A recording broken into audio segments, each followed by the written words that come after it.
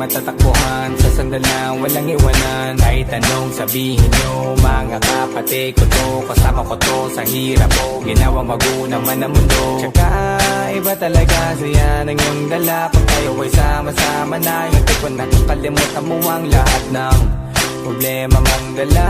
Basta ganun na nga, pag tayo'y kumpleto na, mas masaya, diba? Gusto ko kasama kayo sa kulitan, sarap walang iwanan. At kahit na minsan nagkakaroon man tayo ng hindi pagkakaunawaan, tampuhan at galit, awayan, pag-usapan na lang sa tagayan. Di makatiis pag nakitang nakangiti, apiran wala na yan. Sabay halakhakan at palakpakan kahit na walang nakakatawa. Ganyan kabaliw pag magkakasama, mapatingin lamang sa bawat isa. At bukod pa sa samahan natin na sa kabila ng mga pagsubok ka sa makita nararanasan, mas masaya lagi basta tara na.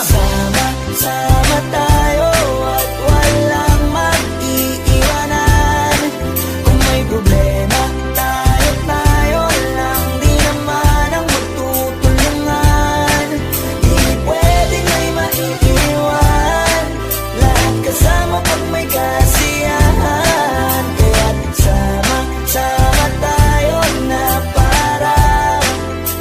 parang magkabarkada. Kami ay mga magkakapatid, magkakaibigan lang tingnan. Nagkakapikunan man minsan, malapit din namang iwan. Kami din ang magkakasangga sa lahat. Kahit gano'ng kabigat, ano bang hirap, mapapalitan na sarap. Basta tayo ay magsikap, sagana sa tawa pagkasama sila. Pero hindi na bago, walang kasing saya. Kaya sa kanila kumpleto na. Kung may kapatid ka na, may tropa, kahit ikot ang kota na. Wala na kong maghihiling sa kanila pala, ay sobra na. Sila yung tipo ng solid kasama, mga kadikit sa hirap at ginawa. Kahit magkakalayo, darating ka agad kapag napasama ka. Walang iwanan pag sagana, lalo na kapag kawala na. Sabay-sabay na magkakaroon, hanggang maubusan ay magkakasama.